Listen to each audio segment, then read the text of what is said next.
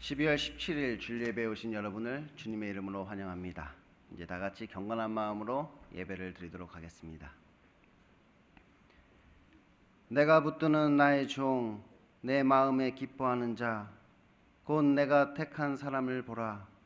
내가 나의 영을 그에게 주었은즉 그가 이방의 정의를 베풀리라. 그는 외치지 아니하며 목소리를 높이지 아니하며 그 소리를 거리에 들리게 하지 아니하며 상한 각대를 꺾지 아니하며 꺼져가는 등불을 끄지 아니하고 진실로 정의를 시행할 것이라. 아멘.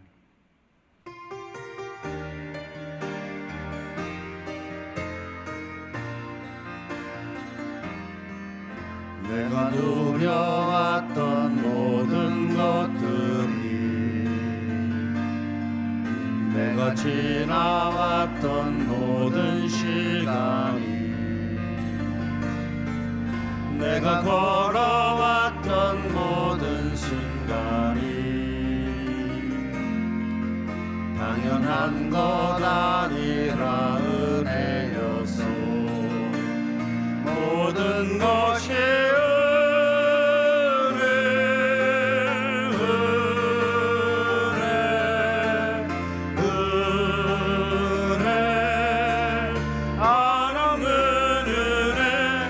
삶에 당연한 건 하나도 없었던 것을 모든 것이 은혜였소.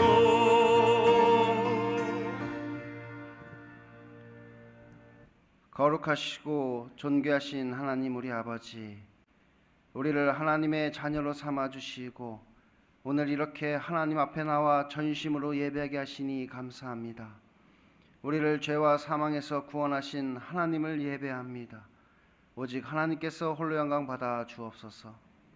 하지만 저희들 한 주간의 삶을 돌아볼 때 구원받은 자로서의 삶을 사는 것이 아니라 내 생각과 내 뜻에 따라 나의 욕심에 따라 살고 있음을 하나님 앞에 고백합니다. 여전히 죄의 유혹에 빠져 늘 넘어지고 쓰러집니다. 저희들 오직 하나님의 말씀을 의지하게 하시고 우리의 삶을 하나님께 내어 맡기어 온전히 하나님의 다스리심과 통치하심 가운데 살게 하옵소서. 그래서 우리의 삶이 하나님 보시기에 아름다운 삶이 되게 하시고 저희들 이 땅에서 살아가면서 하나님의 나라를 경험하게 하시며 우리의 삶 가운데 하나님의 뜻이 이루어지게 하옵소서. 이 시간 이 예배 가운데 하나님의 은혜를 간구합니다. 하나님께서 이 예배를 통하여 복 내려주시고 우리의 마음과 생각을 붙잡아 주셔서 오직 하나님의 영광을 바라보게 하옵소서. 예수님 이름으로 기도드립니다. 아멘.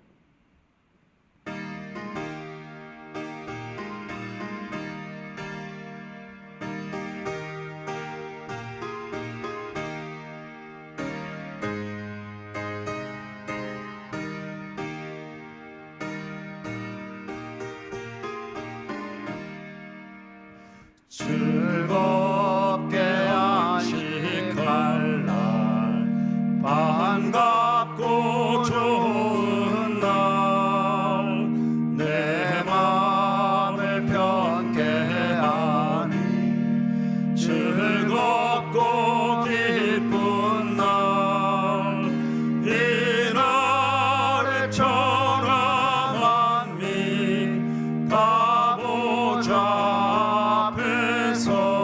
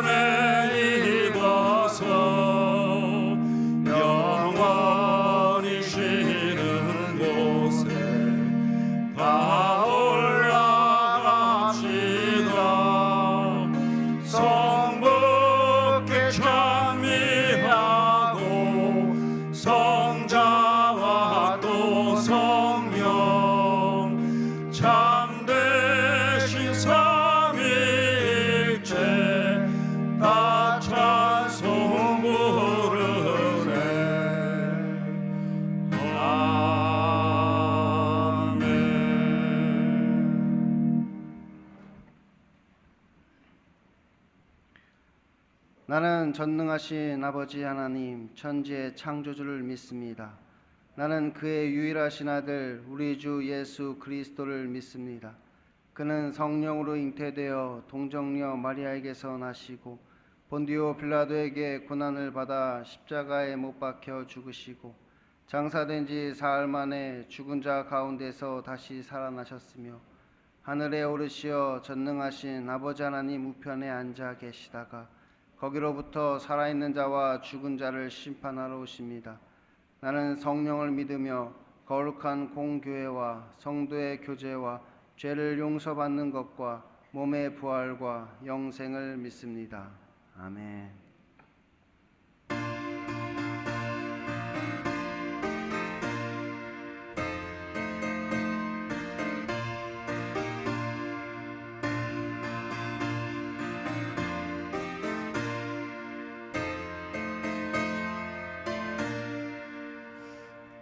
우리의 죄에서 구하시려 주 예수 십자가 지셨으니 기쁘게 부르세 할렐루야 나 구원 얻었네 찬송하세 찬송하세 주님 나를 구하셨네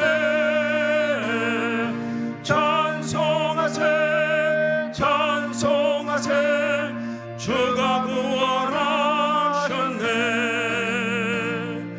우리를 주께서 구했으니 이전에 행했던 악한 일과 추하고 더러운 모든 죄를 온전히 버렸네 찬송하세 찬송하세 주님 나를 구하셨네 찬송하세 찬송하세 주가 구원하셨네 나 지금 죄에서 사함받아 거룩한 백성이 되었으니 이 육신 장막을 벗을 때도 겁날 것 없겠네 찬송하세 찬송하세 주님 나를 구하셨네 찬송하세 찬송하세 주가 구원하셨네 우리가 이 세상 떠날 때에 예수의 손목을 굳게 잡고 영원히 즐거운 천국에서 주와 함께 살겠네 찬송하세 찬송하세 주님 나를 구하셨네 찬송하세 찬송하세 주가 구원하셨네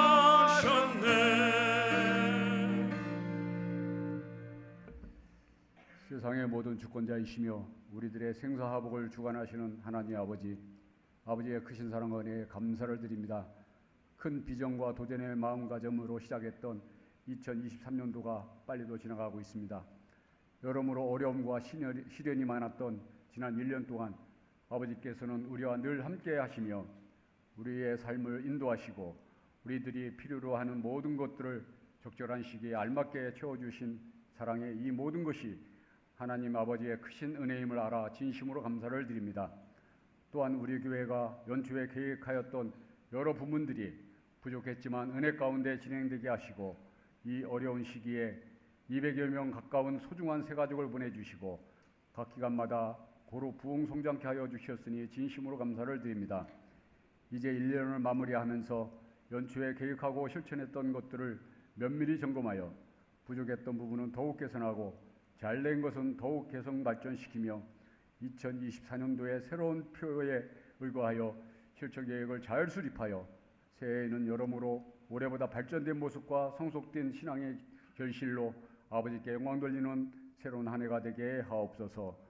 전지전능하신 하나님 아버지, 지난 2년 가까이 진행된 전쟁으로 인하여 헤아릴 수 없는 소중한 생명을 잃거나 다치고 모두 삶의 터전이 폐허가 되어 절망 속에 빠져 있는 우크라이나와 러시아 전쟁과 지난 10월부터 시작된 이스라엘과 팔레스타인 무장정파 하마스의 가자 지역 전쟁 또한 많은 사상자와 재산 폐허가 늘어가고 있어 언제 끝날지도 모르는 불안 속에 살고 있으며, 최근에는 이란의 지원을 받고 있는 예멘의 후틴 반군이 홍해를 지나는 민간 선박 2척에 대한 무차별 공격으로 인하여 중동 지역 전역으로 전쟁이 확장되거나 물류 운송 차질로 인하여 물류 대란이 올 수도 있는 심각한 상황이 되고 있습니다.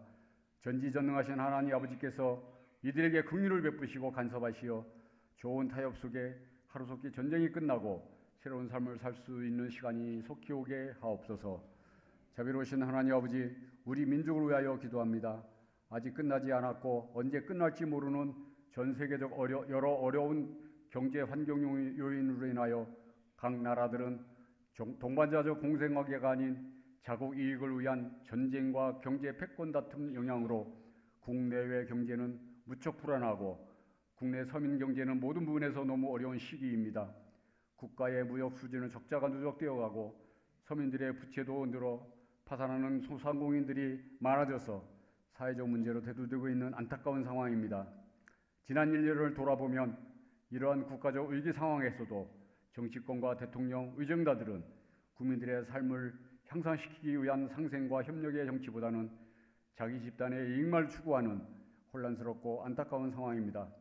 대통령, 의정자, 정치권, 사회 지도자들이 먼저 하나님의 말씀을 들어야게 하시고 이들이 국민을 위해 군림하는 자가 아닌 국민을 섬기는 봉사하는 자리임을 명심하여 서로 지혜를 모아 정파 싸움보다는 국민을 잘 섬기기 위한 자라기 정치로 선의의 경쟁을 하여서 국민들의 삶을 향상시키는 데 힘쓰게 하옵소서. 또한 우리 믿는 성도들은 이들이 바른 길로 가도록 열심히 기도로 동역하게 하옵소서. 사랑이 많으신 하나님 아버지, 오늘 저녁부터 3일 동안 교역자 수련회를 실시합니다.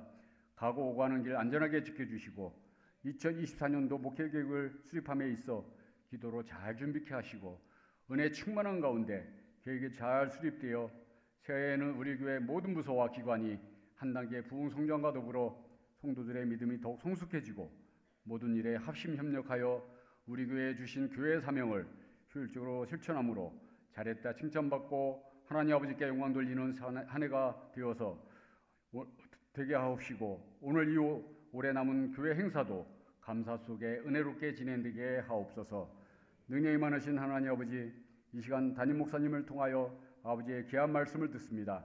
목사님을 능력의 장중에 붙잡아 주시고 성도들은 말씀을 통하여 성령님께서 나에게 주시는 세밀한 음성을 경청하여 잘 듣고 깨닫고 은혜받아 마음속 깊이 새기어 생활 속에서 삶의 현장에서 그 말씀을 붙잡고 실천하여 살아가므로 하나님께서 예배 주신 하늘의 신령한 복과 땅의 기름진 복을 풍성히 받아 누리는 귀한 삶이 되게 하옵소서. 우리가 드리는 이 예배가 신령과 진정으로 드려짐으로 하나님 아버지께서 기쁘게 받아주실 귀한 예배가 되기를 간절히 소원하오며 존귀하신 예수님 이름으로 기도하옵나이다. 아멘.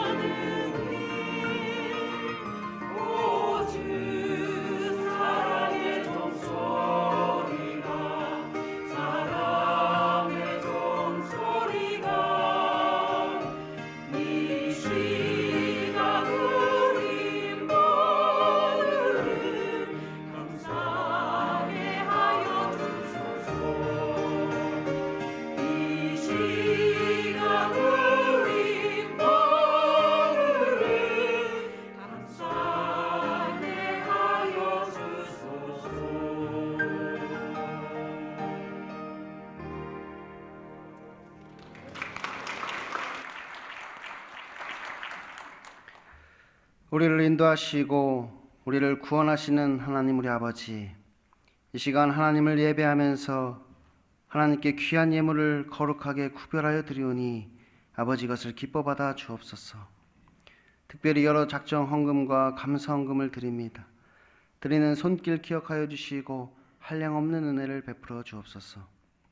하나님께서 우리에게 베풀어 주신 은혜를 생각하면 너무나 보잘것없는 것이지만 그래도 우리의 마음과 정성을 담아 하나님께 드리오니 하나님께서 그 한 사람 한 사람 그 마음을 어루만져 주시고 그 마음의 소원대로 하나님께서 복에 복을 더하여 주옵소서. 늘 우리와 동행하시고 우리의 삶 가운데 역사하셔서 우리가 하는 모든 일 가운데 형통한 삶이 되게 하시고 그 가운데 하나님의 능력을 경험케 하심으로 오직 하나님의 영광을 나타내는 삶이 되게 하옵소서.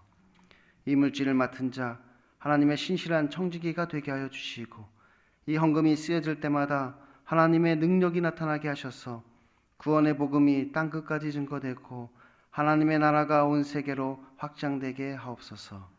예수님 이름으로 기도드립니다. 아멘.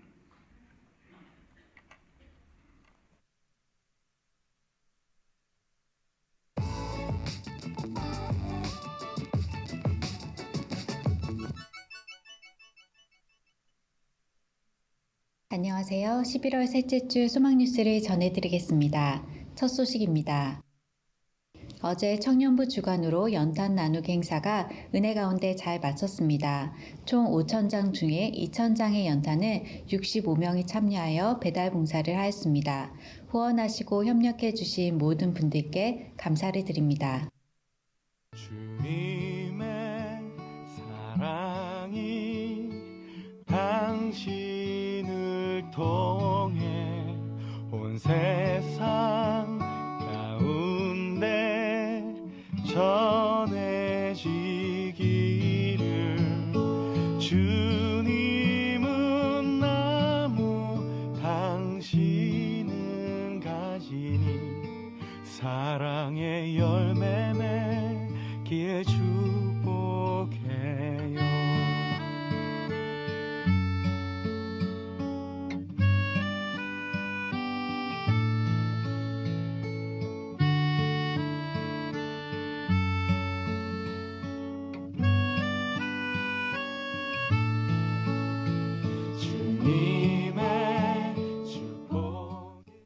오늘 2부, 3부 예배를 마치고 24년 상반기 예배위원 교육이 4층 영상 예배실에서 있습니다. 2번 진행되는 교육 시간 중에 한 번만 참여하면 됩니다. 오늘 저녁부터 19일 화요일까지 2024년 상반기를 위한 교역자 수련회가 있습니다. 위하여 기도해 주시기 바랍니다. 다음 주일 24일에는 성탄 축하 발표가 있습니다. 오후 4시부터 4층 그레이스홀에서 시작하니 모든 성도들이 함께하여 그리스도의 나심을 마음껏 축하 경배할 수 있기를 바랍니다. 주일학교 아이들을 위한 성탄절 선물을 성도분들이 정성껏 준비하여 다음 주일까지 카페의 부서별로 놔주시면 아이들의 간식과 선물로 잘 사용하도록 하겠습니다.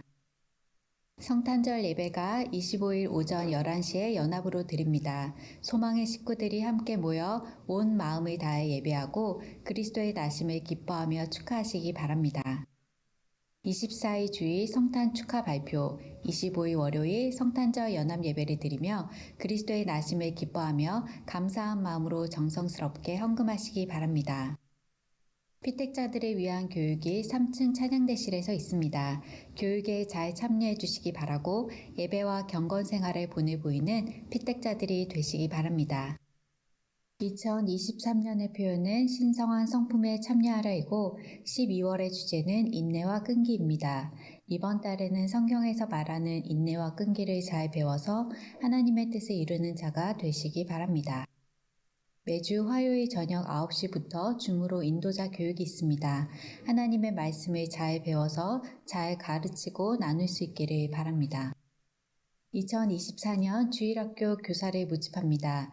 영아부부터 고등부까지 많은 교사가 필요합니다. 기도하는 마음으로 다음 세대를 섬기실 성도님들의 지원을 기다립니다. 기타 자세한 사항은 교육총괄부장이신 지연수 권사님에게 문의해 주시기 바랍니다.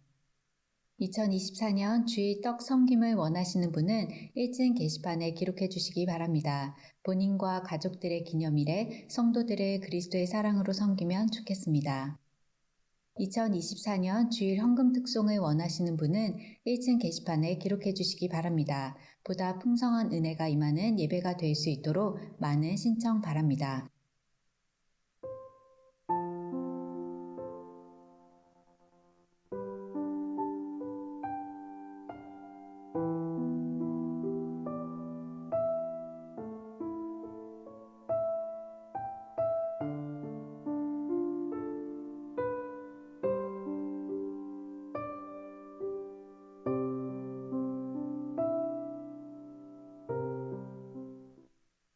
오늘 하루도 예배 가운데 큰 은혜 받으시고 여러 가지 시련 중에도 인내를 온전히 이루는 성도님들 되시기를 소망합니다. 감사합니다.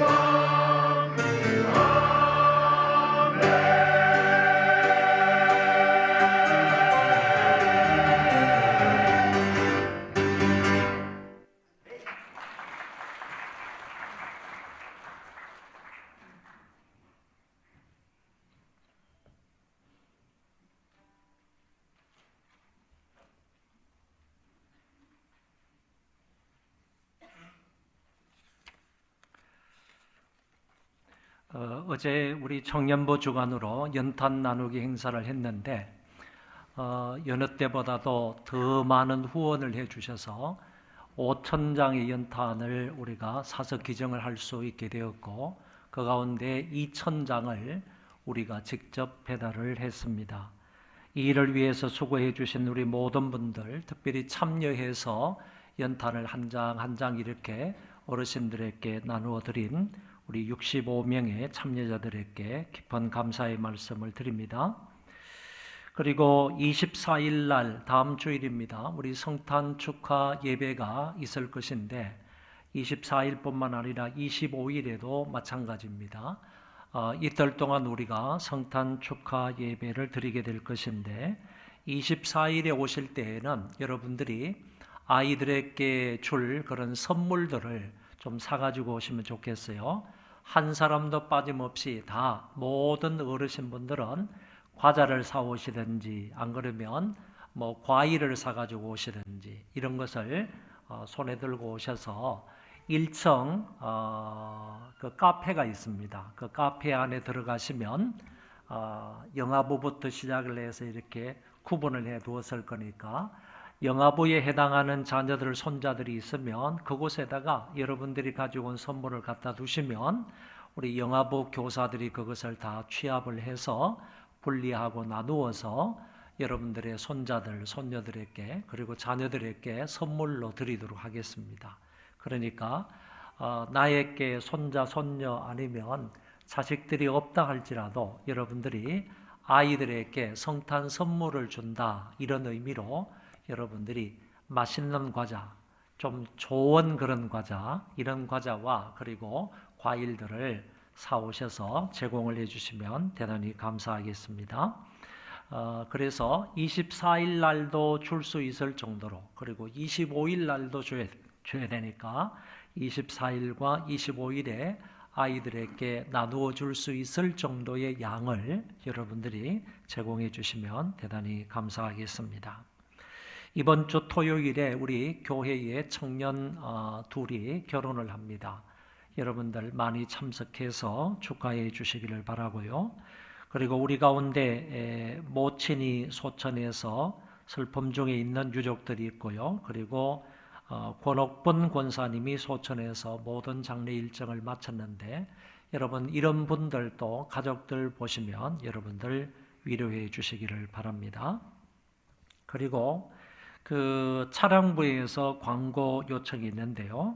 성탄절날 25일 차량 운행은 11시 예배 시간에 맞추어서 차량 운행이 진행이 된다고 합니다. 항상 타시던 곳의 기준으로 2부 예배 기준으로 탑승 시간을 1시간씩 늦추어서 탑승을 하시면 된다고 했습니다. 근영은 10시 정문에서 9시 10분인데 10시 10분에 나오시면 탈 수 있다고 합니다. 예로 말씀을 드린 거니까 여러분들이 꼭 참고하셔서 차질이 없도록 하시기 바랍니다. 성탄절날 감사헌금은 특별히 마련된 이 성탄 감사헌금 봉투를 이용해 주시면 대단히 감사하겠습니다. 그리고 오늘 출산해서 첫 번째로 나온 우리 김영광 형제와 그리고 윤주원 성도님의 딸 태희가 나왔습니다. 23년 10월 19일 출생을 했는데 이제 처음으로 올해 이렇게 예배당에 나왔습니다. 네. 네.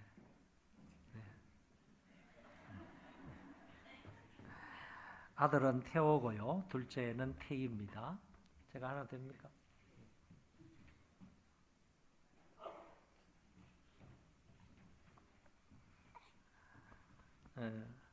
어렵게 태어났습니다. 또 이렇게 그래도 건강하게 태어났는데 여러분들 아이를 위해서 많이 기도해 주시면 감사하겠습니다. 함께 기도하겠습니다. 하나님 아버지, 사랑하는 딸을 이 세상에 선물로 주시고 특별히 믿음의 가정에 선물로 주신 것 참으로 감사를 드립니다. 하나님의 은혜 가운데에서 태희가 이 세상에 태어나서 처음으로 하나님 앞에 나와 예배를 드리는 이 장소에 있습니다. 하나님 앞에 간절한 마음으로 기도하오니 아버지께서 이 모든 기도에 친히 시마다 때마다 응답하여 주옵소서. 이 딸이 평생을 살아가면서 믿음이 좋은 아이로 성장해 갈 수 있기를 원합니다. 하나님과 동행하는 자가 되기를 원합니다. 믿음이 큰 자가 되어 하나님 앞에 귀하게 쓰임받는 태희가 되게 하여 주옵소서. 하나님, 머리에서 발끝까지 오장육부 팔다리 뼈마디 강건하게 지켜 주옵소서. 건강한 아이가 되게 하여 주셔서 하나님 일에 귀하게 쓰임받는 자가 되게 하여 주옵소서. 부모들에게 믿음을 더하여 주시고 은혜를 베풀어 주셔서 이 아이를 위하여서 계속해서 기도하는 부모들 되게 하여 주시고 하나님의 말씀으로 잘 양육할 수 있는 복된 부모들 되게 하여 주옵소서. 키가 자라가며 지혜가 자라가는 아이가 되게 하여 주시고 사람들 앞에서 귀하게 여김을 받는 존재가 되며 우리 교회에는 없어서는 아니 될 기둥과 같은 존재가 되게 하시고 또 세계 만민 가운데는 어뜸이 되어지는 귀한 태희가 되게 하여 주옵소서. 예수님 이름으로 축복하며 기도하옵나이다. 아멘.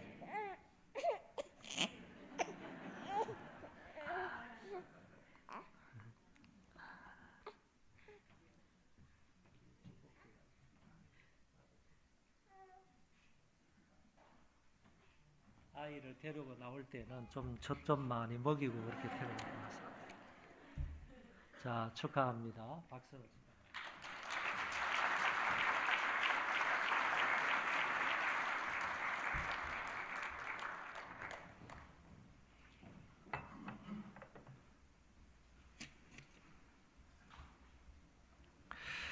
둘째까지는 나왔으니까 아직 좀 기회가 있습니다. 셋째, 넷째 계획을 잘 하시기를 바랍니다.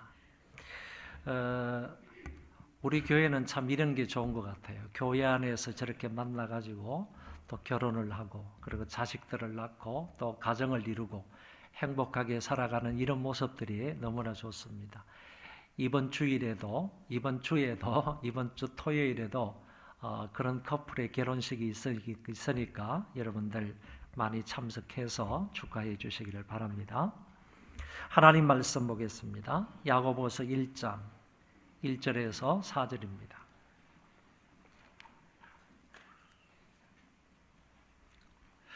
야고보서 1장 1절부터 4절입니다. 하나님과 주 예수 그리스도의 종 야고보는 흩어져 있는 12지파에 깨문안하노라. 내 형제들아, 너희가 여러 가지 시험을 당하거든 온전히 기쁘게 여기라. 이는 너희 믿음의 시련이 인내를 만들어내는 줄 너희가 알미라. 인내를 온전히 이루라. 이는 너희로 온전하고 구비하여 조금도 부족함이 없게 하려 함이라. 아멘. 요즘 사람들에게 일자리가 많이 부족하다고 합니다. 제가 예배를 드리기 위해서 나올 때 엘리베이터 안에 있는 그 모니터를 통하여서 오늘의 뉴스를 좀 보았습니다. 그런데 좀 충격적인 그런 뉴스가 하나 나왔는데 무슨 뉴스인가 하면은 지금 미국에는 일자리가 없는데 일자리가 작년에 비해서 무려 12%나 감소했다라는 그런 뉴스입니다. 이거는 역대의 이런 정부 하에서 이 바이든 정부 하에서 최하로 일자리가 감소된 그런 지표이다라고 말하는 것을 들었습니다. 우리나라도 예외는 아니라고 생각을 합니다. 일자리가 많이 부족한 그런 상태입니다. 일자리가 부족하니까 수입이 적어서 각 가정에 돈도 부족한 현상이 일어났습니다. 그러나 가장 부족한 것 중에 하나가 바로 인내심 부족이라고 생각을 합니다.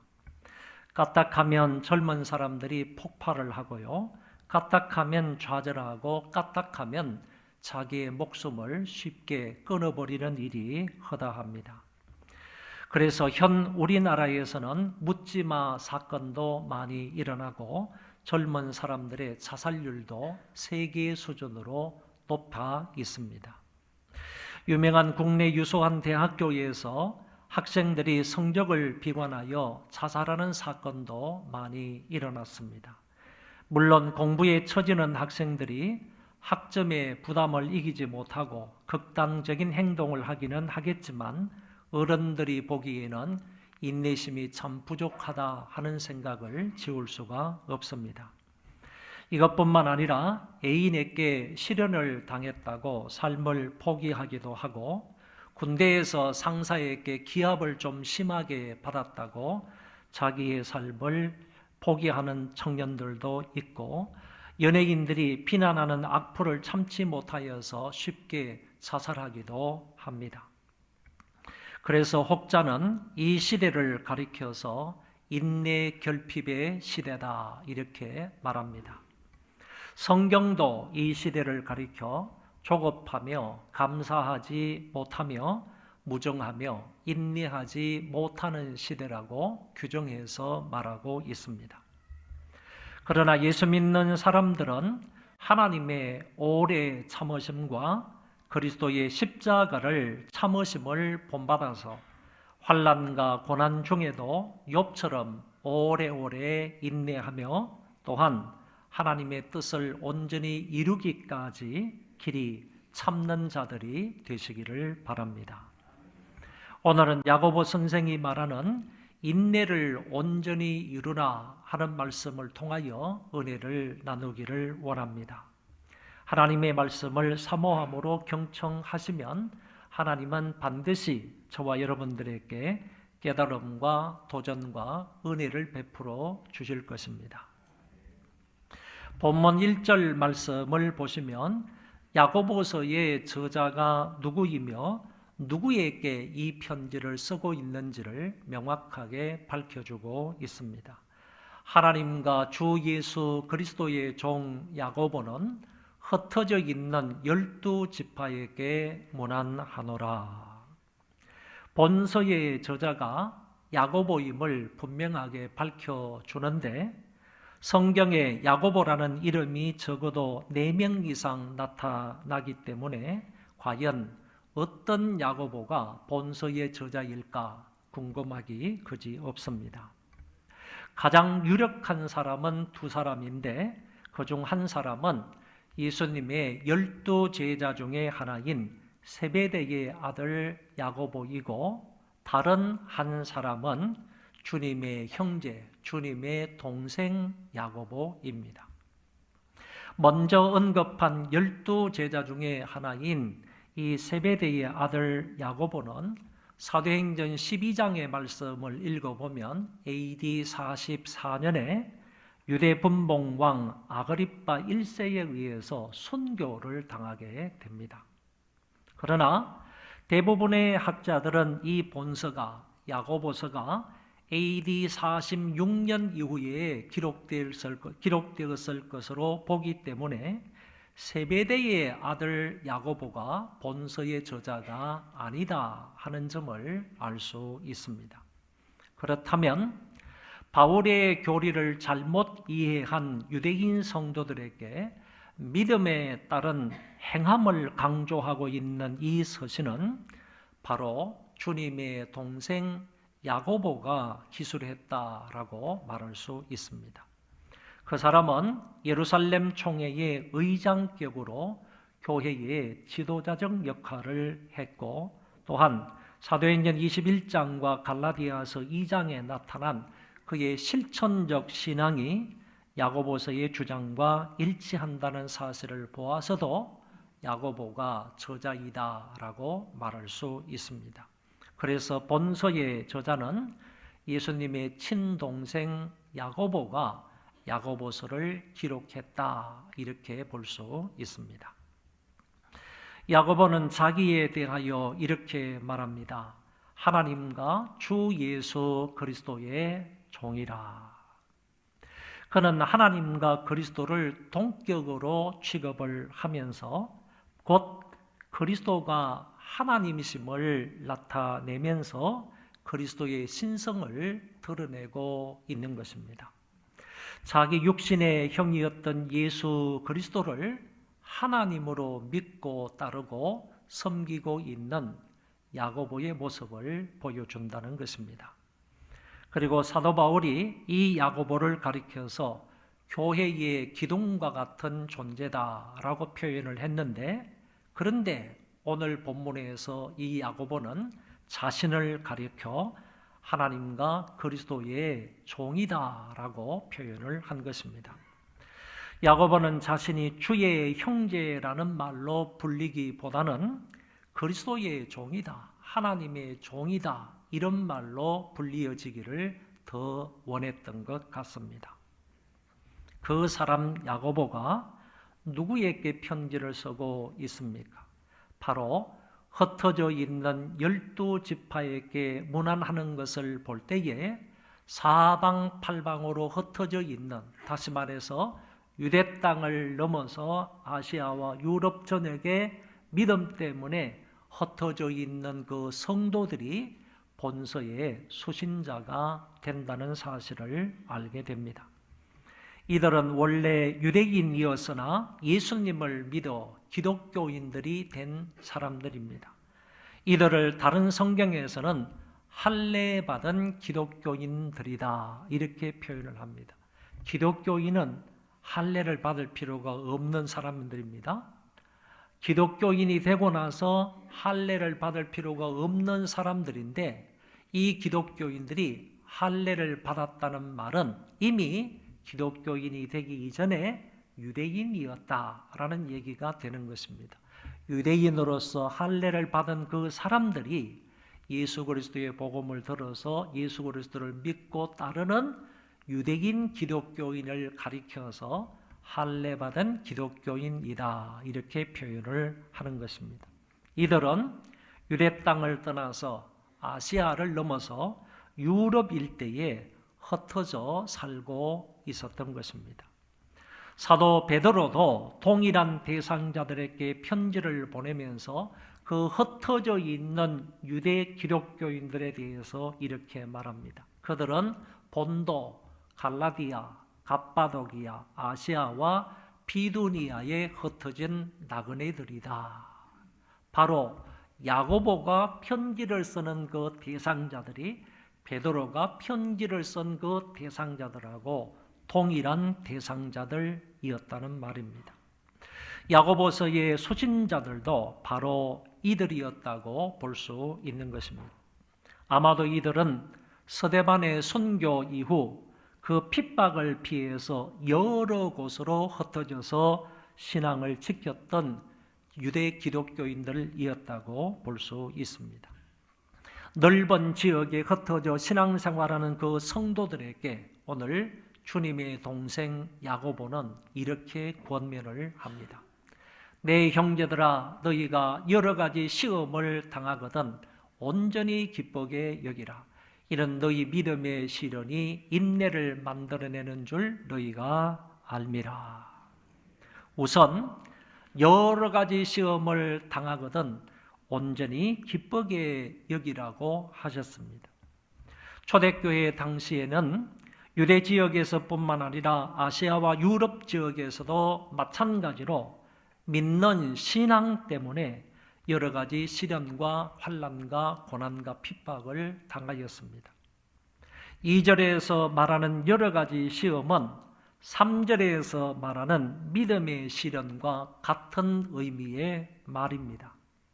이 다양한 시험은 성경에 의하면 이방인들의 경멸과 동족의 약탈과 강도의 위험과 돌에 맞는 것과 옥에 갇히는 것과 거짓 형제들의 위험, 그 외에 각종 시련들을 의미하는 것으로 볼 수 있습니다. 베드로 사도도 그의 성경에서 너희가 이제 여러 가지 시험을 인하여 라는 말을 쓰고 있는 것을 볼 때 그 수신자들은 당황하지 않고 자기들이 처해 있는 상황 가운데 매우 여러 가지 시험을 당하고 있었다는 사실을 알게 됩니다. 히브리서에서도 너희 산업을 빼앗기는 것도 기쁘게 당하였다라는 말씀에서도 그들의 시련을 알 수가 있는 것입니다. 이 같은 각종 시련들이 초대교회 신앙인들에게 갑자기 들이닥친 것입니다. 그런 시련이 사방을 에워싸고 피할 길이 없어 보이는 상황에도 오늘 성경은 말하기를 너희들이 그와 같은 상황 속에서도 온전히 기쁘게 여기라 이렇게 말씀하고 있는 것입니다. 그래도 너희들은 그런 피할 길이 없어 보이는 그와 같은 시련의 상황 속에서도 온전히 기쁘게 여기라고 한 것입니다. 아무리 갑작스러운 시련이라 할지라도 이는 다 하나님의 통치와 주권 아래 놓여 있는 것이기 때문에 전혀 낙심할 필요가 없다는 이야기입니다. 여기에 온전히라는 이 단어는 최고의 그리고 모든이라는 뜻을 가지고 있습니다. 그렇기 때문에 여러 가지 시련이 갑자기 다가올 때라도 너희는 그것을 최고의 기쁨으로 여기라 이런 뜻이고, 더 나아가서 그 모든 것들 어떤 시련이다 할지라도 그 모든 것을 기쁘게 여기라 이런 말로 설명할 수 있고, 더 나아가서 이런 시련들이 내 육체적으로 많은 고통과 괴로움을 준다 할지라도 너희들을 영적으로 그것을 기뻐하라 이런 의미로 해석할 수가 있겠습니다. 성경의 채찍이 당시에는 즐거워 아니 보여도 나중에는 내게 유익이라고 말씀하신 것처럼 시련도 고난도 마찬가지입니다. 시련도 당시에는 즐거워 보이지 않아도 나중에는 그것이 반드시 우리에게 유익이 된다는 말씀입니다. 그러므로 신자들은 앞에 있는 기쁨을 위하여 현재의 시험과 시련을 참아야 하는 것입니다. 바울도 세상의 모든 고난을 영적인 견지에서 파악을 한 후 다음과 같은 고백을 했습니다. 생각하건대 현재의 고난은 장차 우리에게 나타날 영광과 비교할 수 없도다. 바울이 선교하면서 하나님께서 주신 그 사명을 감당하면서 1, 2, 3차 그리고 로마 여행, 그 가운데에서의 감옥 생활, 그리고 풀려나고 난 이후에 전도 여행, 숱한 고난과 숱한 수모와 멸시와 천대를 받았지만은, 그러나 그 모든 고난은 장차 당신 앞에 나타날 영광과는 좋게 비교할 수 없다고 고백을 한 것입니다. 어떤 사람은 이 말씀을 근거로 해서 No cross, no crown이라는 말을 했습니다. 십자가 없이는 결코 면류관이 있을 수 없다. 그러니까 고난 없이는 절대로 면류관과 영광이 있을 수가 없다는 말을 여기에서 한 것입니다. 히브리서 기자는 히브리서 11장 26절에서 모세는 그리스도를 위하여 받는 능력을 애굽의 모든 보화보다 더 큰 재물로 여겼다라고 말씀하고 있습니다. 결국 고난은 큰 기쁨의 원천이 된다는 말입니다. 혹자가 이런 말을 했습니다. 그리스도인은 겨울에도 봄날처럼 즐겁게 노래 부를 수 있는 새와 같다. 한번 다 같이 읽어보겠습니다. 시작. 그리스도인은 겨울에도 봄날처럼 즐겁게 노래 부를 수 있는 새와 같다. 성도들은 자기의 상황이 아무리 춥고 어려움이 있고 고난이 와도 그 가운데에서 기뻐하고 감사하며 하나님께 찬양할 수 있는 존재이다. 그런 의미가 담겨져 있습니다. 히브리서에서는 너희가 갇힌 자를 동정하고 너희 소유를 빼앗기는 것도 기쁘게 당한 것은 더 낫고 영구한 소유가 있는 줄 알미라고 했습니다. 히브리서의 독자들은 자기가 가지고 있는 소유를 빼앗겨도 즐겁게 생활을 했다는 겁니다. 자기가 가지고 있는 소유를 빼앗겨도요, 그것을 약탈당해도 그 사람들은 기뻐했다고 했는데 이유가 뭐냐? 그 앞에 더 낫고 영구한 소유가 있는 줄 알았기 때문이라는 겁니다. 초대교회 성도들은 무모한 핍박자들에 의해서 강탈을 당하고 조롱과 멸시를 당하였지만 그들에게 한 가지 있었던 것, 바로 잃어버릴 수 없는 기쁨이었습니다. 그 기쁨을 그들은 잃어버리지 아니하고 환난 속에, 고난 속에, 시련 속에 그 기쁨이 넘쳤다는 사실을 알게 됩니다. 바울도 이렇게 고백을 합니다. 내가 우리의 모든 환난 가운데에서도 위로가 가득하고 기쁨이 넘치는도다. 바울이 그렇게 수많은 고난과 환난과 핍박을 당했지만은 그 모든 환난 가운데에서도 위로가 가득했고 기쁨이 넘쳤다라고 고백하고 있는 것입니다. 세상 사람들은 환난과 고난과 시련이라는 단어를 슬픔과 연결시키고 있지만은 기독교인들은 반대로 그것을 기쁨과 연결하고 있는 것입니다. 세상 사람들은 고난이 오고 시련이 오고 시험이 오고 환난과 핍박이 오게 되면 그것을 슬픔이라는 단어하고 연결을 시키지만 우리 믿는 사람은 그 모든 것들을 기쁨이라는 단어와 연결을 시킨다는 겁니다. 그래서 본문에서도 여러 가지 시련을 만나거든 온전히 기쁘게 여기라고 했던 것입니다. 저와 여러분들도 시련과 환난과 핍박이 와도 낙심하거나 좌절하거나 신앙을 포기하지 말고 온전히 그것들을 기쁘게 여길 수 있기를 바랍니다. 이어서 이는 너희 믿음의 시련이 인내를 만들어내는 줄 너희가 알미라고 하셨습니다. 신자가 고난 중에도 기뻐해야 할 이유가 두 가지 있는데 이 시련이 믿음의 시련이기 때문에 그렇습니다. 내가 잘못해서 내가 죄를 지음으로 인하여 그 결과로 우리에게 시련이 온 것이 아니라 오로지 믿는 신앙 때문에 믿는 믿음 때문에 예수 그리스도를 믿는다는 이 신앙 때문에 당하는 시련이기 때문에 우리가 이런 믿음의 시련이 있을 때 기뻐할 수가 있다는 얘기입니다. 그 다음에 두 번째는 그것의 결과로 인내를 만들어내기 때문입니다. 비온 뒤에 땅이 굳는다는 말처럼 많은 시련은 인내라는 결과를 가져온다는 것입니다. 결국 믿음의 시련이 인내를 만들어낸다는 것입니다. 바울은 로마서 5장 3절에서 환난은 인내를 이룬다고 했습니다. 그런 반면 야고보는 본문에서 시련이 인내를 만들어낸다 이렇게 말씀했습니다. 그렇다면 바울이 말하고 있는 환난이라는 단어하고 야고보가 말하고 있는 시련이나 시험이라는 말은 비슷한 의미로 보게 되는 것입니다. 그렇다면 환난이 인내를 만들어낸다는 말과 시련이 인내를 만들어낸다는 야고보의 말씀은 동일한 의미로 볼 수 있다라는 것입니다. 그래서 여러 가지 시험이나 여러 가지 시련이나 여러 가지 환난은 반드시 좋은 결과를 가져오는데 그 모든 좋은 결과는 인내라는 좋은 열매를 맺게 된다는 얘기입니다.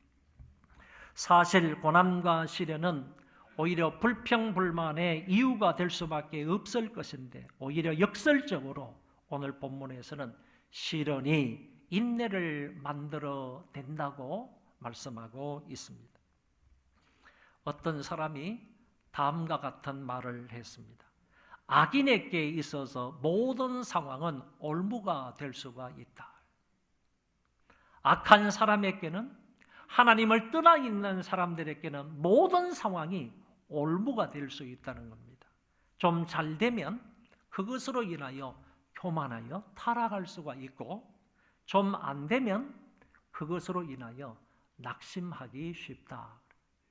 그러나 기독교인들에게 있어서는 잘 될 때는 하나님의 은혜에 감사할 수 있게 되고 안 될 때는 인내를 배우게 된다 그랬습니다. 할렐루야. 그러니까 악한 사람에게는 자기가 처해 있는 모든 환경이 올무가 될 수가 있습니다. 그러나 기독교인들에게 있는 어떤 상황 속에 놓이든지 간에 기독교인들에게 있는 모든 것은요 하나님께 감사 아니면 인내할 수 있는 기간이 되는 것입니다. 나무나 재산을 태워버리는 불이 있지 않습니까? 그 불로 인하여서 나무도 태우고 자기 재산도 태워버릴 수 있지만 그 똑같은 불이요 금이나 은을 재련해서 더 단단한, 더 좋은 은금을 만들어내는데도 사용이 된다는 것입니다. 결론적으로 고난과 시련은 우리의 믿음을 시험하여 입증하는 일에 도움을 주는 것이고 하나님의 축복으로 인내라는 열매를 맺게 되는 것이라는 사실입니다. 히브리서 기자가 그리스도를 위하여 받는 수모를 애굽의 모든 보화보다 더 큰 재물로 여겼으니 이는 상 주심을 바라봄이라 이렇게 말씀하신 것이 오늘 본문의 맥락에서도 같은 의미라고 볼 수 있습니다. 오늘 성경에 보면 만들어내는 줄 알미라 라는 단어가 있는데 이 단어는 누구든지 자동적으로 시련을 만나면 인내를 만들어낸다 이런 얘기가 아니라는 것입니다. 자동적으로 시련을 만나면 누구든지 다 인내라는 좋은 결과를 만들어내는 게 아니라는 얘기입니다. 여기에는 성도들에 대한 하나님의 은혜가 있어야 한다는 것입니다. 하나님의 은혜가 있어야 우리가 당하는 그 시련을 인내할 수 있게 된다는 거예요. 하나님의 은혜가 없이는 우리가 당하는 시련과 시험 앞에 결코 인내할 수가 없다는 의미가 담겨져 있는 것입니다. 마지막 4절입니다. 인내를 온전히 이루라. 이는 너희로 온전하고 구비하여 조금 더 부족함이 없게 하려 함이라.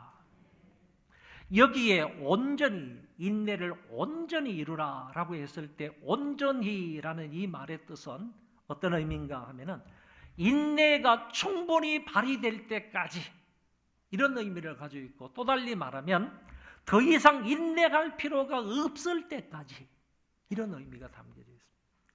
내가 인내를 하는데 고난 중에 인내를 하는데 참고 지내는데 그 인내가 충분히 발휘가 될 때까지 온전이라는 뜻입니다.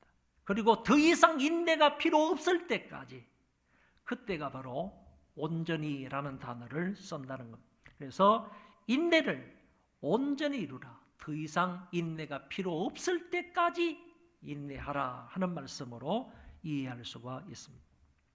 여러분, 장기간 여러 가지 고난을 끝까지 참는 사람을 가리켜서 온전한 인내자다 이렇게 말할 수 있습니다. 여기에 뒤에 나오는 너희로 온전하고 구비하여 라고 했을 때 온전이라는 말이 나오는데 앞에는 온전이라는 말을 더 이상 인내가 필요 없을 때까지를 의미하는 그런 단어라고 한다면 뒤에 나오는 온전하고 구비하여 여기에서의 온전이라는 말은요 시간상으로 끝까지라는 얘기. 그리고 이 고난의 의미, 고난의 정도가 강하도 아무리 강해도 그 강한 정도가 끝까지 강해도 그걸 참아야 된다, 인내해야 된다라는 의미가 여기에 담겨져 있습니다. 그래서 이 온전이라는 말을 짧게 설명을 하면 시간과 정도의 의미가 다 포함되어 있는 단어다. 무슨 얘기인가 하면 이런 얘기예요. 우리가 고난을 당하는데 이 고난의 기간이 짧을 수도 있고 길 수도 있고 몇 년일 수도 있고 뭐 거의 몇 평생일 수도 있는 그런 고난이 있지 않겠습니까? 이런 고난의 시간과요 그리고 고난의 정도가 있을 겁니다. 고난의 정도가 약한지 강한지 이건 뭐 무지막지하게 인간이 당할 수 없을 정도의 그런 좀 무지막지한 그런 고난이 있을 수도 있지 않겠습니까? 그래서 고난의 시간과 고난의 정도가 아무리 길고 그 고난이 강하다 할지라도요 결연히 참아내는 인내를 가리켜서 인내를 온전히 이루는 것이고 그런 인내를 온전히 이루었을 때 바로 온전하고 구비되었다 이렇게 말할 수 있다는 것입니다. 욥에게서 이 인내를 배울 수가 있습니다. 욥에게 처음 고난이 닥쳐왔을 때 이것조차도요 우리가 생각할 때는 상상할 수 없는 고난이었습니다. 욥의 10자녀가 하루아침에 다 죽고 맙니다. 그리고 동방의 거부라고 할 정도로 그 많은 재산도 하루아침에 다 날아가 버리고 맙니다. 처음부터 상상할 수 없는 고난이 욥에게 닥쳐왔습니다. 나중에는 더 심한 고난이 닥쳐옵니다. 그의 몸을 사탄이 칩니다. 그래서 발바닥부터 시작해서 정수리까지 심한 종기가 나서 질그릇 조각으로 자기의 몸을 벅벅 긁는 신세가 되었습니다. 그 괴로움은 이루 말할 수 없는 고통이었다고 성경은 말씀하고 있습니다. 그래도 욥은 온유한 마음으로요, 잠잠한 심정으로 그 모든 고난을 참아냅니다. 그런데 마지막에 그 이후로도요, 아내가 배신을 합니다. 친구 3명이 찾아와서 번갈아 가면서 욥을 책망을 합니다. 욥은 이것조차도요, 정말 견딜 수 없는 정도의 심한 고통이었다고 말하고 있습니다. 그는 인간이 당할 수 있는 최고도의 시련과 고난이 다가왔을 때 그때마다요, 인내가 충분히 발휘될 때까지 인내했다는 겁니다. 인내가 더 이상 필요하지 않을 때까지, 필요 없다라고 할 때까지 욥은 참고 참아 나갔다라는 얘기입니다. 욥은 인간으로서 인내를 온전히 이룬 것입니다. 오늘 본문에도 이 목적이, 인내를 온전히 이룬 그 목적이 분명하게 나타나 있습니다. 성도들에게 주어진 일반 은사 위에 인내의 은사를 더하여 좀 더 온전하고 구비하여 합당한 그리스도인으로 살기에 전혀 부족함이 없게 하시기 위해서라고 했습니다. 하나님의 말씀에 합당한 그리스도인으로 살게 하기 위해서 하나님께서 인내를 거듭함으로 그 인내를 온전히 구비하도록 만드셨다, 그런 얘기입니다. 예를 들면 큰 배들이 깊고 넓은 바다를 항해하려면 반드시 그 배 안에는 항해사가 필요합니다. 바람이 잔잔할 때도 항해할 수 있는 그 기술을 항해사는 잘 배워야 하는 것이고, 폭풍우 속에서도 어떻게 안전하게 배를 항해해야 하는지 그 기술도 배워야 합니다. 먼 바다를 지날 때면 그날의 기후에 따라 다르고 바다의 상황에 따라서 또 다르기 때문에 그때마다요, 폭풍우 대처 방법을 경험적으로 알아야 그런 사람이 훌륭한 항해사의 역할을 감당할 수 있는 것입니다. 이것과 마찬가지로 그리스도인들이 이런저런 고난을 겪어야 한다는 겁니다. 이런저런 시련을 겪어야 한다는 겁니다. 그런 고난과 시련 중에서요, 인내하고 또 인내하고 잘 견뎌내게 되면 그 사람의 인내는 온전한 인내가 되어서 부족함이 없는 그리스도인이 된다, 그 말입니다. 부족함이 없는 그리스도인이 된다는 말이 무슨 말이냐면, 욥처럼 이와 같은 고난을 다 겪어낸 그런 사람은 그 다음에 어떤 고난과 시련이 그에게 다가온다 할지라도 그것 때문에 넘어지거나 쓰러지지 아니하고 그 모든 고난도 능히 잘 이겨나갈 수 있는 사람이 된다, 그런 얘기예요. 그런 일에 있어서 부족함이 없는 그리스도인이 된다라고 오늘 성경은 밝히 말씀하고 있는 것입니다. 시험을 잘 견뎌낸 사람이요, 또 다른 고난에도 넘어가지 아니하고 잘 견뎌낼 수 있는 것입니다. 욥은 이렇게 말합니다. 만일 그가 나를 죽이시더라도 나는 그를 의뢰할 것이라, 이렇게 말합니다. 이 욥기 13장의 말씀입니다. 그처럼 수많은 고난을 당했습니다. 수많은 그런 환난과 시련을 당했습니다. 그런데 13장에 와가지고 하는 말이, 그가 나를 죽이시더라도 나는 여전히 하나님을 의뢰하겠습니다, 이런 고백을 하는 거예요. 여러분, 고난의 최고도가 죽는 것 아닙니까? 고난의 절정이 죽는 것 아닙니까? 그러니까 욥의 신앙은 이 정도까지 간 거예요. 내가 죽는다 할지라도 여전히 나는 하나님을 신뢰하겠습니다, 의뢰하겠습니다, 이 정도까지 되니까요, 이 사람에게는 고난이 더 이상, 인내가 더 이상 필요하지 않는 거예요. 더 이상 인내가 필요하지 않는 그 순간까지 갔단 말이죠. 그러니까 이런 상황 속에 있는 욥에게 더 이상 어떤 고난이 온다 할지라도 그런 고난 앞에 쓰러지거나 포기할 그런 욥이 아니라는 얘기죠. 이런 사람을 가리켜서 인내를 온전히 이룬 자, 인내의 완전자다, 이렇게 말할 수 있다는 것입니다. 그런 사람은 앞으로 어떤 고난, 다른 시련이 온다 할지라도, 아니 목숨까지 내놓은 이런 사람에게 더 어떤 고난이 온다 할지라도 그런 고난이 이 욥을 삼키지를 못한다, 무너뜨리지를 못한다라는 의미를 가지고 있는 것입니다. 그런 인내자가 받게 될 하나님의 은혜가 성경에 나타납니다. 먼저 베드로전서 1장 7절의 말씀을 보면 너희 믿음의 확실함은 불로 연단하여도 없어질 것보다 더 귀하여 예수 그리스도께서 나타나실 때에 칭찬과 영광과 존귀를 얻게 할 것이니라. 그러니까 불로 연단한 금은보다 더 가치 있는 존재가 되므로 우리 주님께서 이 세상에 재림하실 때 인내한 그 사람들에게 칭찬과 영광과 존귀를 주시겠다 하는 말씀인 것입니다. 고난의 대표주자 욥도 이렇게 말합니다. 그러나 내가 가는 길을 그가 아시나니 그가 나를 단련하신 후에는 내가 순금같이 되어 나오리라. 할렐루야. 여러분 이 구절 앞에 말씀에 보면 욥기 23장 9절에서 무슨 말씀을 하는지 아세요? 내가 앞을 보니 앞이 가로막혀 있다. 우측을 보니 우측 길도 가로막혀 있다. 내가 좌측을 보니 좌측도 가로막혀 있다. 내 뒤를 보니 내 뒤도 가로막혀 있다. 그러면서 하는 말씀이에요. 내가 사방이 지금 시련으로 꽉 차 있는 거예요. 내 사방 팔방이 전부 다 시련과 고난으로 가득 차 있는 거예요. 완전히 둘러싸여 있는 거예요. 이런 상황 속에서 어디를 보아도 길이 없는 거예요.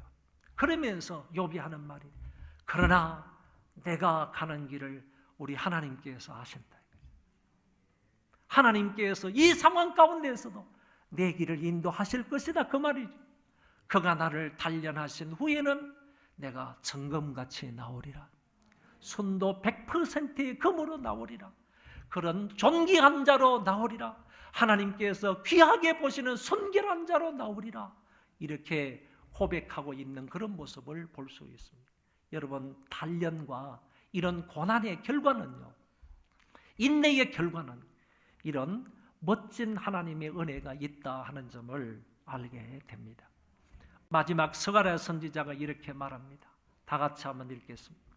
내가 그 3분의 1을 불 가운데에 던져 은같이 연단하며 금같이 시험할 것이라.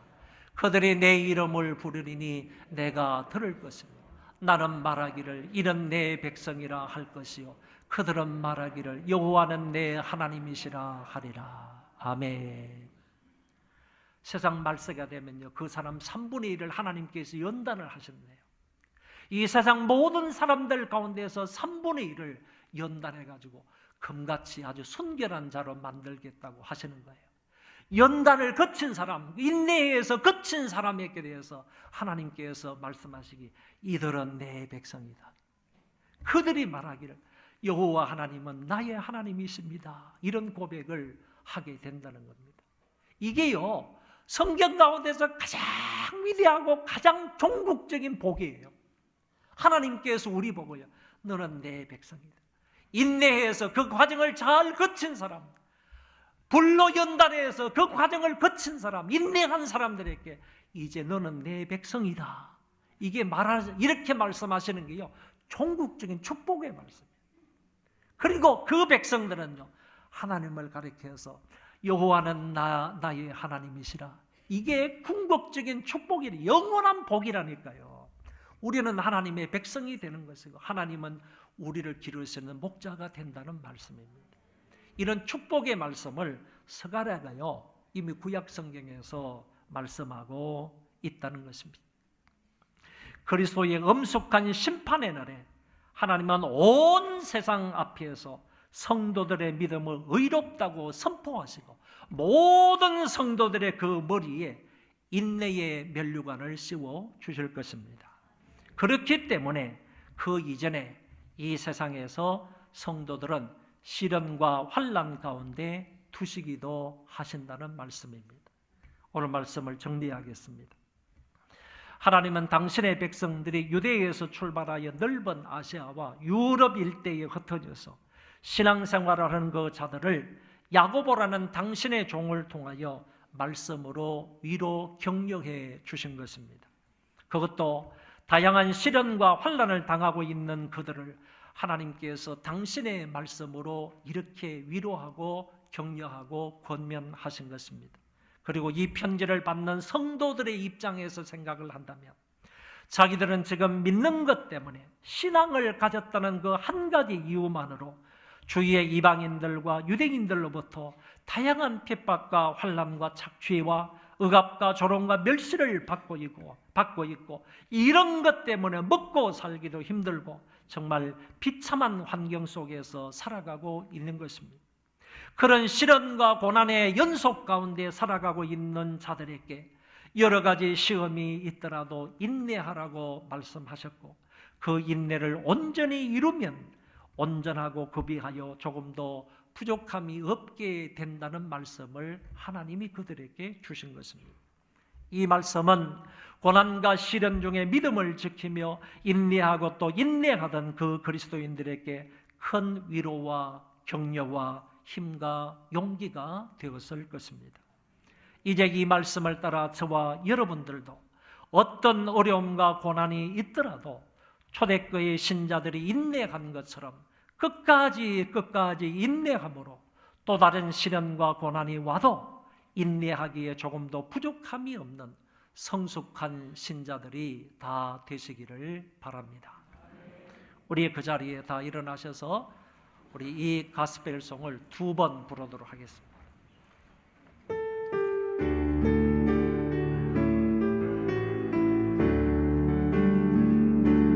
주여 인내하게 하소서. 오늘 하루 순간을 주가 주신 힘으로 성례하길 원하네. 주여 나를 인내하게 하소서. 주여 인내하게 하소서. 오늘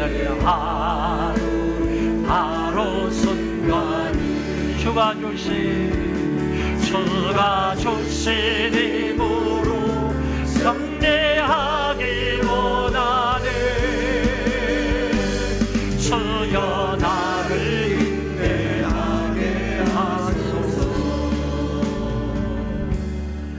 십자가를 참으신 우리 주 예수 그리스도의 은혜와 만극하신 하나님 아버지의 그 사랑하심과 성령님의 위로 교통 역사 충만하심이 오늘 예배를 드리고 돌아가는 심령들과 모든 자손 만대위와 이 나라 이민족과 세계에 흩어져서 여러 가지 어려움과 시련과 고난 중에도 끝까지 참기로 마음을 작정하는 하나님의 모든 권속들 머리 위에와 지금도 세계의 구석구석에서 심한 고통과 멸시와 천대와 고난을 당하고 있는 하나님의 모든 권속들 머리 위에 이제로부터 영원토록 함께 있을지어다. 아멘.